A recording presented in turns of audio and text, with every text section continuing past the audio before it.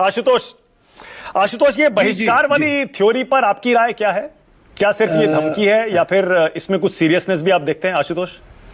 नहीं, देखिए मानक, अगर कोई भी राजनीतिक दल जो प्रमुख राजनीतिक दल है, और आरजेडी वहां का प्रमुख राजनीतिक दल है और सत्ता के लिए एक प्रमुख दावेदार भी है, अगर वो ये कहता है कि चुनाव में हिस्सा नहीं लेंगे तो इससे पूरे इलेक्शन की लेजिटिमेसी खत्म हो जाएगी। आप चुनाव करा लीजिए, विपक्ष अगर इसमें हिस्सा नहीं लेता आप सरकार बना लीजिए, तो सरकार की लेजिटिमेसी क्या रहेगी? और वैसे ही चुनाव को लेकर यह कहा जा रहा कि भाई अब तो लोकतंत्र इसलिए क्योंकि यहां चुनाव होते 5 साल के बाद। अगर यह जिद है कि विपक्ष हिस्सा नहीं लेगा तो भी चुनाव कराएंगे, तो मुझे लगता है कि यह लोकतंत्र एक बहुत बड़े संकट की तरफ बढ़ता हुआ दिखाई पड़ रहा है और लगभग 1977 वाली स्थिति पैदा हो रही है यहां इस देश के अंदर। अगर जो लोग यह सोचते हैं कि यह मामला सिर्फ बिहार में आके रुक जाएगा तो बड़े गलतफहमी के शिकार है। ये सिर्फ बिहार तक नहीं रुकेगा, यह तमिलनाडु तक जाएगा। और अगर समूचे विपक्ष ने अगर इस देश के अंदर यह तय कर लिया कि वो चुनाव आयोग की मनमानी के खिलाफ वो चुनाव में हिस्सेदारी नहीं लेंगे, और ये अगर लोगों के मन में भर गया कि चुनाव तो लूटा जा रहा है, तो फिर आप समझ लीजिए लोकतंत्र कितने बड़े संकट की तरफ बढ़ रहा है। इसलिए मेरा मानना यह है कि इस तरीके की बातें जो हैं इस पर इलेक्शन कमीशन को बैठकर गौर करना चाहिए। और ये इलेक्शन कमीशन की तरफ से जो लगातार बहुत ही डिफाइंट एटीट्यूड है, ये वाकई में लोकतंत्र के लिए बड़े खतरे की बात है। मैं 2-3 चीज आपको बताना चाहता हूं।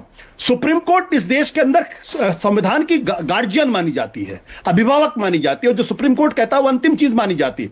जब सुप्रीम कोर्ट ने यह कह दिया कि भाई आपको सिटीजनशिप तय करने का अधिकार नहीं है, और एक बार नहीं इस बार कहा, 1995 में जब सुप्रीम कोर्ट का फैसला इस पर आ चुका है, जब उस वक्त 1994 में इसी तरीके का एक सर्कुलर निकाल के इलेक्शन कमीशन ने कहा था कि उनको सिटीजनशिप नापने का अधिकार है, तब भी सुप्रीम कोर्ट स्पष्ट तौर पर कहा कि आपको सिटीजनशिप जांच करने का अधिकार नहीं है। अब ये इलेक्शन कमीशन क्यों इसको इंसिस्ट कर, मेरी तो समझ में नहीं आ रहा।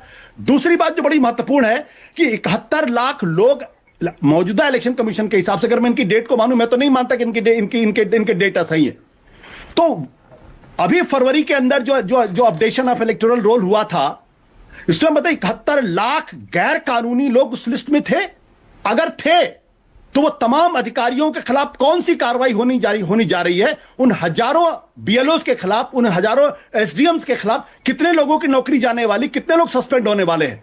इसका मतलब यह कि उन्होंने अपनी जिम्मेदारी ठीक से नहीं निभाई, और इसका मतलब यह है कि 71 लाख लोगों ने गलत तरीके से लोकसभा के चुनाव में वोट डाला था, और अगर वोट डाला था तो पूरा का पूरा चुनाव इनवैलिड है।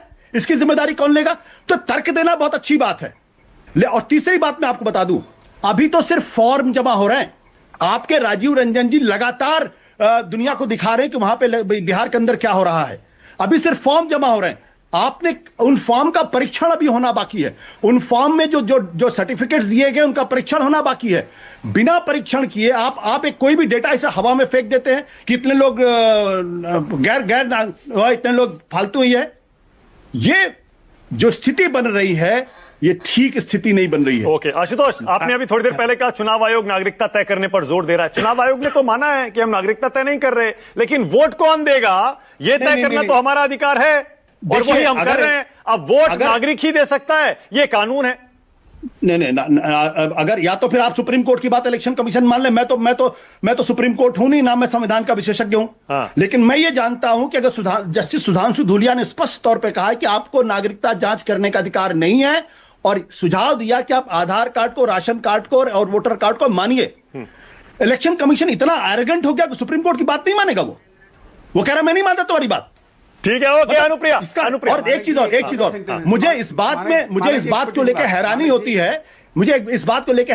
और मन में शंका भी पैदा होती है, जब भारतीय जनता पार्टी के लोगों का जिससे इसके कोई लेना देना नहीं है, वो सिर्फ इलेक्शन कमीशन को डिफेंड करते हैं, जबकि आपका चैनल राजीव रंजन लगातार दिखा रहे हैं किस तरीके की गड़बड़ियां इलेक्टोरल रोल्स में हो रही है। भारतीय जनता पार्टी की क्या मजबूरी है कि लगातार इलेक्शन कमीशन को डिफेंड कर रही है?